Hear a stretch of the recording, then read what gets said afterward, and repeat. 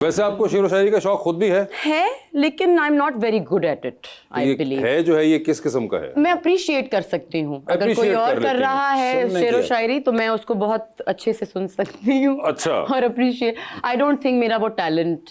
मगर आपको पढ़ने का शायरी शौक नहीं है? हाँ, रहा है ओवर द इयर्स, जब थोड़े यंगर थी शायद, जब कॉलेज के दिन थे, कॉलेज के दिनों में, उस टाइम पे। लेकिन आपको हुकूमत में होना चाहिए मुझे, क्योंकि आप भी डिग्गी में बंदे छुपा लेती हैं ना जी।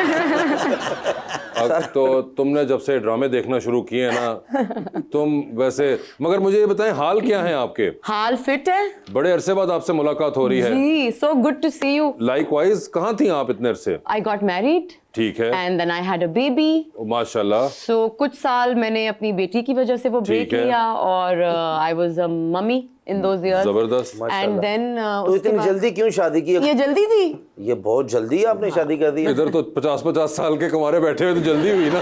ये देखिए माशाल्लाह, शादी भी होगी, बेटी भी होगी, टीवी फिल्म थिएटर सारा कर लिया। तो अब क्या सोचा है, बड़े होकर क्या बनेंगे? अब बड़े होकर और बड़ा आदमी। लेकिन आप अच्छा यहाँ बिजी थी, तो अब आपने gentleman has been the comeback. Yes, yes, and it has been some comeback. Has it been? Well, clearly, you know, जो देख रहे हैं उन्होंने तो बहुत पसंद किया है, और वो इतना अच्छा फिर आपने किया ना कि अब मजा आ गया। पहले थोड़ा थोड़ा बुरा लगी जब आप वो खालफत ये वो फलान, लेकिन बाद में जब साथ मिली ना, मुझे ऐसा लगा हमारे साथ ही मिल गई हैं। ओह अल्लाह सर इतना बस बड़ा अच्छा कैरेक्टर किया। मगर वैसे ये बताइए, जो इतना ये 2-3 सालों का अरसा होगा जिसमें आपने ये ब्रेक सारा लिया, शादी बच्चा, और 3-4 years आई गेस, तो 3-4 साल बाद जब आपने दोबारा काम शुरू किया तो कोई डिफरेंस लगा आपको? किस में, मुझ में या बाकियों में? काम में और बाकियों में? नहीं लगा। क्यों? क्योंकि जब मेरा पहला दिन था जेंटलमैन की शूट का, तो वहाँ से I was feeling like I have forgotten how to act, and because वो 3-4 साल में बिल्कुल आइसोलेटेड थी और कोई कनेक्शन नहीं था मेरा अपने इस काम से या इस आर्ट से। तो मुझे लगा था फर्स्ट डे कि पता नहीं शायद मैं एक्टिंग भी नहीं कर पाऊंगी और पता नहीं क्या होगा। मेरा पहला सीन यमुना जैदी के साथ था, तो मैं उस दिन बहुत नर्वस थी, लेकिन जब मैं सेट पे पहुंची मुझे लगा तो ये मैं तो कल यहीं थी फिर शायद। तो वो फिर आई थिंक इट्स लाइक साइकिल चलाना, आप कभी नहीं भूलते शायद। मगर ये आपने कहा 3-4 साल आप बीच में बिल्कुल ऑफ थी इस सारी चीज से, तो क्या आप अपने सोशल मीडिया के थ्रू जिंदा नहीं थी फैंस के अंदर, और आप पोस्ट नहीं कर रही थी सब कुछ? एज सच नहीं थी। अरे ये क्या बात हुई? ये बात ये हुई कि वैसे भी before I got married and before I had a baby, मैं जब सिंगल भी थी तो मैं बहुत ज़्यादा सोशल मीडिया पे नहीं करती post. I think it's just something that doesn't come to me naturally, और मैं बिलीव करती हूँ कि आपको ऑथेंटिक रहना चाहिए, आप जैसे हैं, जो आपकी स्ट्रेंथ्स हैं या जो आपके। तो मैं कभी पहले भी नहीं करती थी, तो जब मेरी शादी हुई और वो एक पर्सनल निजी जिंदगी का मामला था, तो मैंने कभी भी उसको भी ज़्यादा। मगर आप ये क्यों नहीं करती हैं, को दिखाती नहीं? अब तो बहुत ज़्यादा। No, I did. Eventually, I did. I shared my daughter's photos. I tried staying in touch with, you know, people who root for me and all. लेकिन ऐसा नहीं था कि मैं बहुत ज़्यादा I was taking, मैंने एक्चुअली वो टाइम जो था वो जैसा था उसको वैसे ही गुजारा। Like I was a full on stay at home mother for those 3 years. लेकिन आप बिल्कुल सोशल मीडिया यूज करती नहीं है? नहीं, मैं करती हूँ, लेकिन मैं बहुत ज्यादा एक्टिव नहीं। अब लड़कियों में वासे चौधरी हैं। ऐसा ही समझ ली। मेरा भी फॉलो अप क्वेश्चन यही था कि एक्टर्स अपने पर्सनल एक्सपीरियंसेस से बहुत इवॉल्व होते हैं, तो आपने मदरहुड के बाद काम किया है, तो कोई एज एन एक्टर आपको लगा है कि आप इवॉल्व हुई हैं? It's a very good question. मैं तो शायद इसलिए ये लड़की के अच्छे सवाल ये पूछती है। मुझे नहीं फील हो रहा था उस वक्त, क्योंकि मैं तो एक जर्नी और एक प्रोसेस में थी। मेरा तो एक अलग किस्म का टर्मोइल था कि पता नहीं, मुझे लगता था उस टाइम पे कि शायद I would probably not even want to act again, because you know आप when you become a mother आपकी सारी प्रायोरिटीज शिफ्ट हो जाती हैं, आपका सब कुछ चेंज हो जाता है, जहन एंड योर पर्सपेक्टिव। तो मुझे नहीं लगा, सॉरी मैं आपका सवाल ही भूल गई। नहीं, एक्टर जो अपने पर्सनल एक्सपीरियंसेस से इवॉल्व होता है, तो आपने मदरहुड के बाद किया था। I didn't feel, but people around me, जैसे नदीम बेग साहब ने आई थिंक कुछ देखा जेंटलमैन का, तो मैंने उनसे पूछा कि ठीक है, तो उन्होंने कहा कि तुम्हारे अंदर ठहराव आ गया है शादी और बेबी के बाद, शायद जो पहले मुझ में नहीं होगा।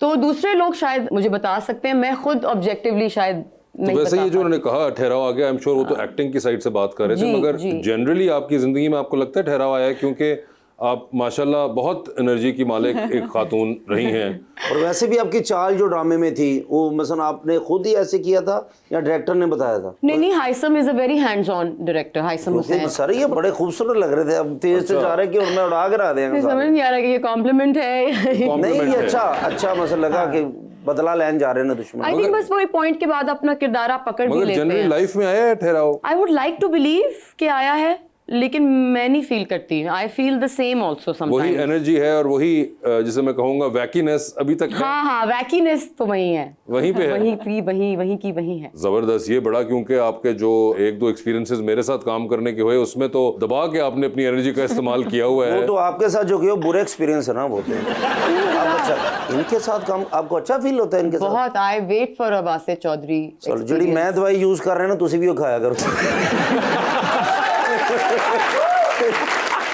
वासिफ भाई बड़ी बात है यार, अब की इंग्लिश काम आ गई आपको। कुछ हैं लोग ऐसे जिनको मजा भी है काम करके मेरे साथ, सारे तुम्हारी तरह के नहीं है। नहीं हमने तो आपके साथ किया नहीं ना, फिल्म ड्रामा ये वो तो करेंगे मगर तो बड़ा हमें जबरदस्त। कभी कभी मौका मिलता है ना, आप तो इनके साथ ही होते हैं। फिर इसीलिए हमें ज्यादा पता है।